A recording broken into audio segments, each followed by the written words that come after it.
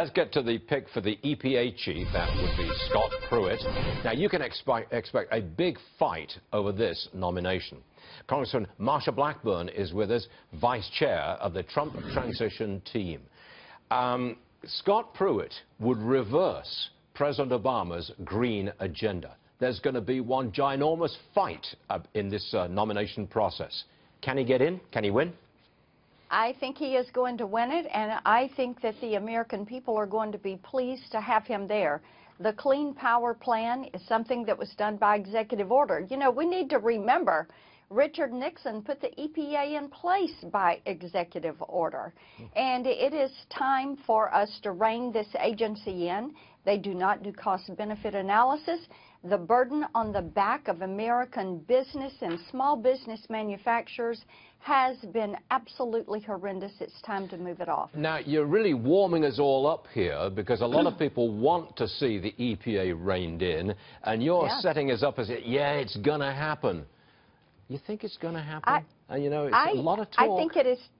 I think it is time for right-sizing that agency, and I think that it is time to look at what is and is not helpful, what actually participates in giving us clean water and clean air, and then what is counterproductive. You know, Stu, we are all for energy efficiencies. We are all for clean air and clean water. What we are not for is making it so difficult for us to utilize our natural resources and making it counterproductive when it comes to dealing with emissions. You know, there are countries that don't abide by some of the emission control rules. If you're vice chair of the transition team, I believe, that's your official position in the Trump organization at this moment.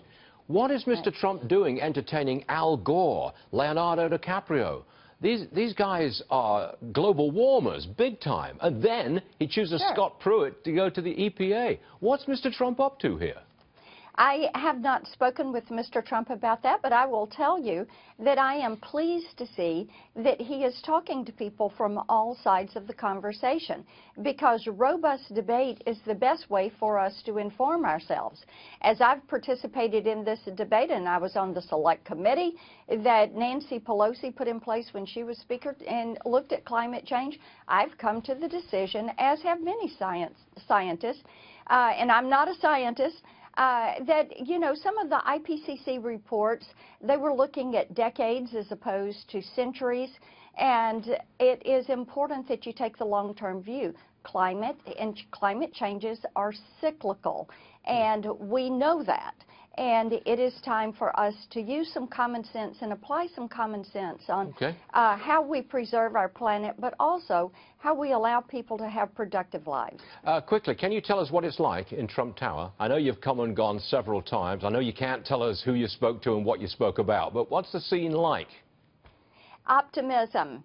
Enthusiasm and optimism. People are excited about doing their job, which is to make America great again and safe again and one again.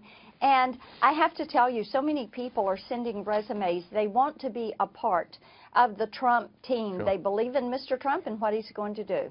Marsha Blackburn, as always, thanks for joining us, man. We'll see you real soon. Good to be with you. Thank you. Sure thing.